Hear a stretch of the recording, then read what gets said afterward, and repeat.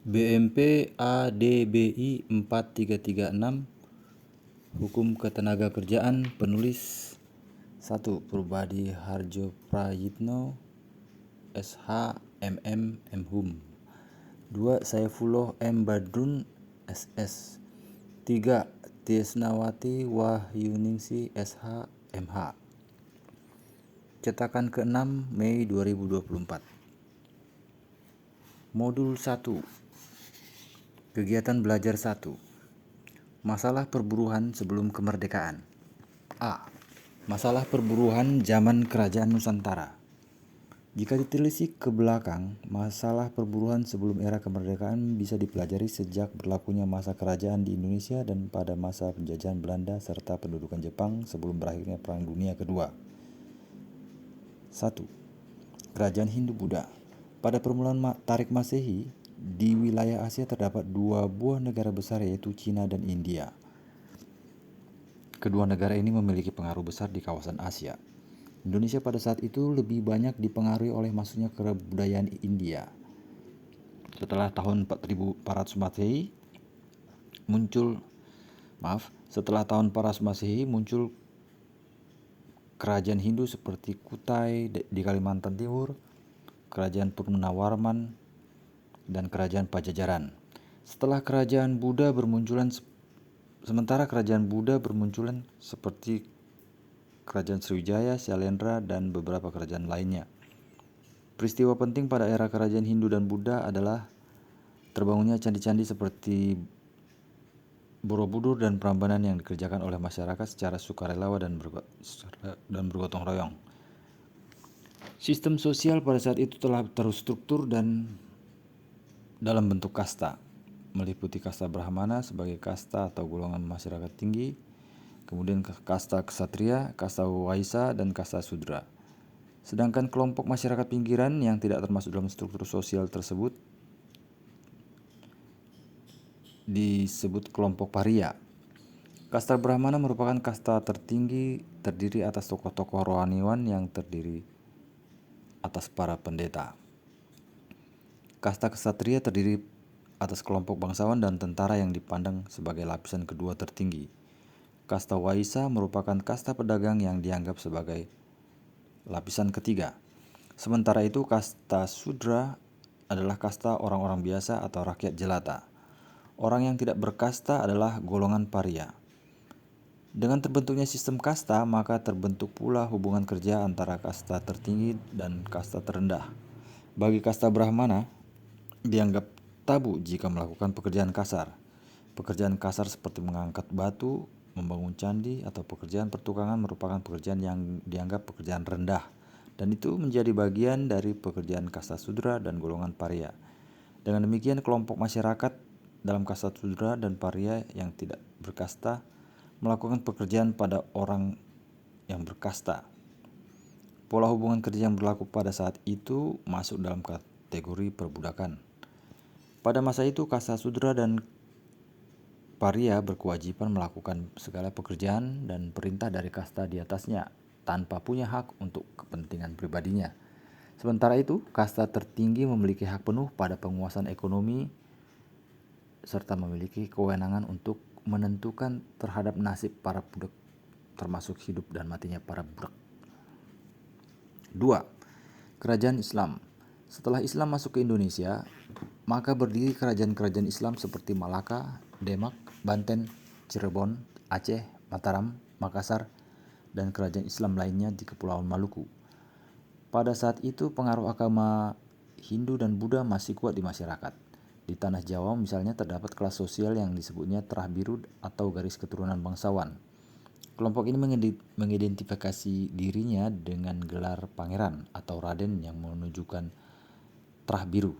Bagi mereka yang bukan keturunan bangsawan atau raja tidak bisa memakai sebutan itu. Bagi mereka yang berada di luar keturunan bangsawan atau raja, umumnya merupakan masyarakat biasa yang bekerja sebagai tukang atau petani yang mengabdi kepada majikannya. Dalam buku Kawruh Kalang yang digubah oleh ahli pertukangan Jawa kuno, bahkan menegaskan betapa bentuk rumah untuk kalangan bangsawan memiliki pola arsitektur dan simbolik yang bersifat khusus dan tidak boleh dibangun oleh kelompok masyarakat biasa. Rumah joglo, limasan, serta rumah kampung memiliki bentuk yang khas dan mengidentifikasi derajat penghuninya. Misalnya bentuk umpak, bentuk ukiran, dan bentuk atap itu memiliki ketentuan yang berbeda dan pemakaiannya disesuaikan dengan derajat sosial si penghuninya. Rumah joglo misalnya untuk kelas bangsawan, rumah limasan untuk kelas menengah, dan rumah bentuk panggung P atau rumah kampung itu untuk rakyat biasa. Pola hubungan kerja pada waktu itu meskipun sebutannya bukan budak, tetapi praktiknya mirip perbudakan. Karakter para hamba atau abdi raja ini begitu santun dan sangat menghormati majikannya. Mereka lebih banyak melaksanakan kewajiban daripada menuntut haknya sebagai pekerja. Konsep Islam sebagai agama yang mengajarkan persamaan hak hidup antar sesama manusia saat itu belum bisa dilaksanakan sepenuhnya karena terhalang oleh budaya sistem kelas sosial yang sudah berlaku berabad-abad lamanya. 3. Zaman Verenigde Oostindische Compagnie atau VOC. Pada abad ke-17 dan 18, Indonesia tidak dikuasai secara langsung oleh pemerintah Belanda. Namun, perusahaan dagang bernama Perusahaan Hindia Timur Belanda, yaitu Verenigde Oostindische Compagnie atau VOC. Parlemen Belanda pada tahun 1602 memberi hak monopoli perdagangan dan aktivitas di wilayah kolonial Hindia Belanda pada VOC. Markas VOC berada di Batavia, yang kini bernama Jakarta. VOC bertujuan mempertahankan monopolinya terhadap perdagangan rempah-rempah di Nusantara. Cara yang ditempuh adalah dengan memberi ancaman kekerasan pada penduduk penghasil rempah-rempah dan terhadap orang-orang non-Belanda yang mencoba berdagang dengan para penduduk tersebut. Peristiwa penting pernah terjadi saat pendudukan Kepulauan Banda menjual biji pala kepada pedagang Inggris. Pasukan Belanda membunuh dan mendeportasi hampir seluruh populasi Kepulauan Banda. Setelah Pulau Banda dideportasi, kemudian Belanda mendatangkan pekerja dari luar Pulau Banda yang diperlakukan sebagai budak untuk bekerja di perkebunan pala. Mereka dituntut untuk menghasilkan rempah-rempah dalam jumlah besar untuk dibawa ke negeri Belanda. Pola hubungan kerja saat itu belum banyak berubah, yakni berlaku sistem perbudakan. Hak-hak pekerja sama sekali tidak dihormati karena filosofi kerja yang dianut VOC saat itu adalah bagaimana melakukan eksploitasi besar-besaran di wilayah kolonial Hindia Belanda. 4.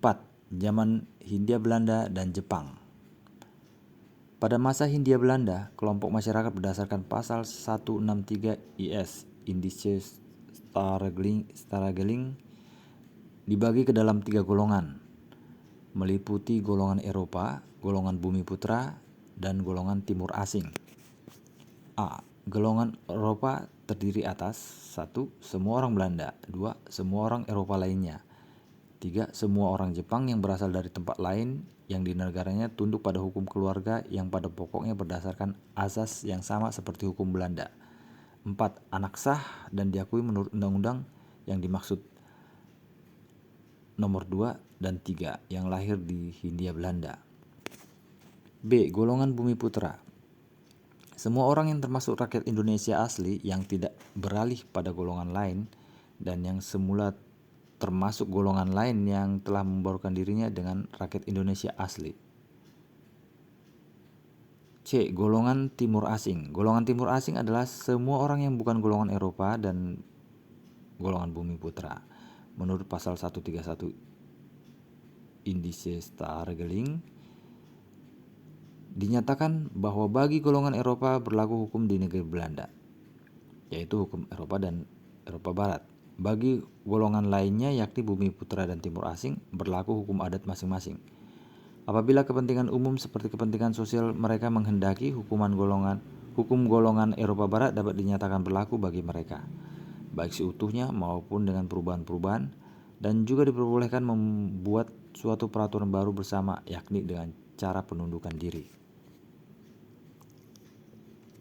Masalah B. Masalah-masalah pokok perburuan sebelum Indonesia merdeka. Dalam lapangan hukum ketenaga kerjaan pada periode masa penjajahan terdapat berbagai macam masalah. antara lain. 1. Perbudakan. Pada masa kerajaan Hindu, Buddha, dan Islam di Indonesia, meskipun pola hubungan kerja masuk dalam kategori perbudakan, namun para pekerja juga bekerja oleh majikannya, umumnya disediakan pemondokan, makanan, dan lainnya. Sedangkan pada periode masa Hindia Belanda, perbudakan sangat keji dan tidak berperkemanusiaan. Zaman perbudakan adalah zaman di mana orang melakukan pekerjaan di bawah pimpinan orang lain. Ciri yang menonjol adalah buruh atau tenaga kerja tidak mempunyai hak apapun, bahkan hak atas hidupnya juga ditentukan oleh tuannya. Hal yang dipunyai hanya kewajiban bekerja dan mengikuti perintah dan petunjuk tuannya. Yang sangat menyedihkan pada saat itu adalah belum ada peraturan dari pemerintah yang menetapkan bahwa pemeliharaan budak menjadi kewajiban pemiliknya. Baru pada tahun 1817 pemerintah Hindia Belanda mengatur mengenai perbudakan dengan menetapkan peraturan-peraturan sebagai berikut. A. Mengadakan larangan memasukkan budak-budak ke Pulau Jawa. B. Harus diadakan pendaftaran budak. C. Mengadakan pajak atas pemilikan budak. D. Melarang pengangkutan budak yang masih anak-anak. E. Mengadakan peraturan tentang pendaftaran anak-anak. Kenyataannya, kelima peraturan tersebut di atas belum dapat merubah nasib para budak. Pada tahun 1825 diadakan perbaikan peraturan yang diharapkan dapat merubah nasib para budak tersebut.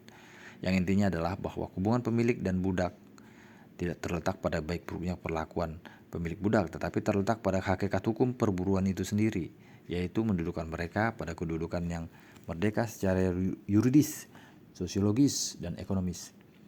Secara yuridis berarti budak menjalankan kewajiban dan diberi haknya sesuai dengan ketentuan peraturan yang ada. Sedangkan secara sosiologis berarti hak dan kewajiban yang diterapkan tersebut diakui dalam masyarakat. Secara ekonomis berarti hak yang diberikan pada budak tersebut mendapatkan imbalan yang cukup baginya. Mengenai perbudakan ini menggugah Sir Thomas Stamford Raffles, Gubernur Jenderal Inggris tahun 1811 hingga 1816 Masehi, mendirikan The Java Benevolent Institution pada tahun 1816. Lembaga ini bertujuan untuk menghapuskan perbudakan.